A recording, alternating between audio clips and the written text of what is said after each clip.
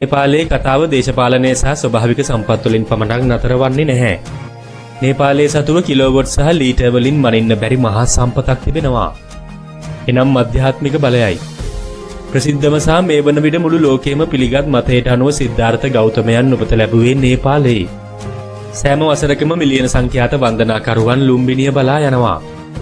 එම කුඩා ස්ථානයෙන් තමයි මහද්වීප පුරා බුදුන් වහන්සේගේ ධර්ම තරංගයන් විහිදුනේ.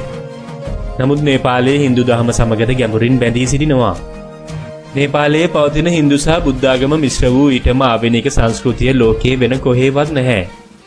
නේපාලයේ වරස්කන්ධ දිහා මුළු ලෝකෙම බලා සිටියාට නේපාලය ආධ්‍යාත්මික වශයෙන් වසර 2500ක් පුරාවට ලෝ පුරා 7 මිලියන ගණනක් සෝපත් කරමින් සිටිනවා.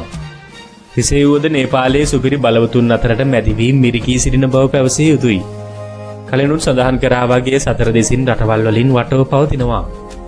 දන්නවද චීනයට දැඩිව අවශ්‍යයි නේපාලයේ තම වෙළඳ ව්‍යාපෘතියක් වන බෙල්ට් ඇන්ඩ් රෝඩ් ඉනිෂියේටිව් යටතට ගන්න.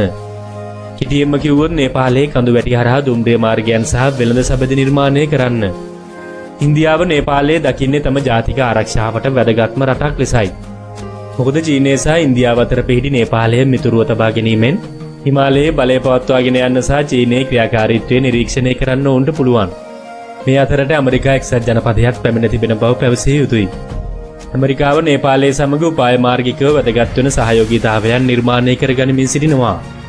හේතුව තමයි නේපාලයේ සමග සමීපව කටයුතු කරන කෙනෙකුට ගෝලීය වෙළඳාම් වලට දේශ සීමාවන් වලට සහ කලාපයේ ආරක්ෂාවට බලපෑම් කරන්නත් පුළුවන්. නේපාලයේ කුඩා රටක් වුණාට ලෝ සුපිරි බලවතුන්ට නේපාලයේ මිත්‍රත්වය අතිශය වටිනවා. ලෝක බලවතුන් නේපාලයේ දෙස කෑදරව බලා සිටියේදී ලෝ පුරා වෙසෙන මිලියන ගණනක් දෙනා නේපාලයට විශේෂයෙන්ම ආදරය කරනවා. මේ වික්‍රමාන්විත දේට සහ එහි වූ ස්වභාවික පුදුමයන්ටයි.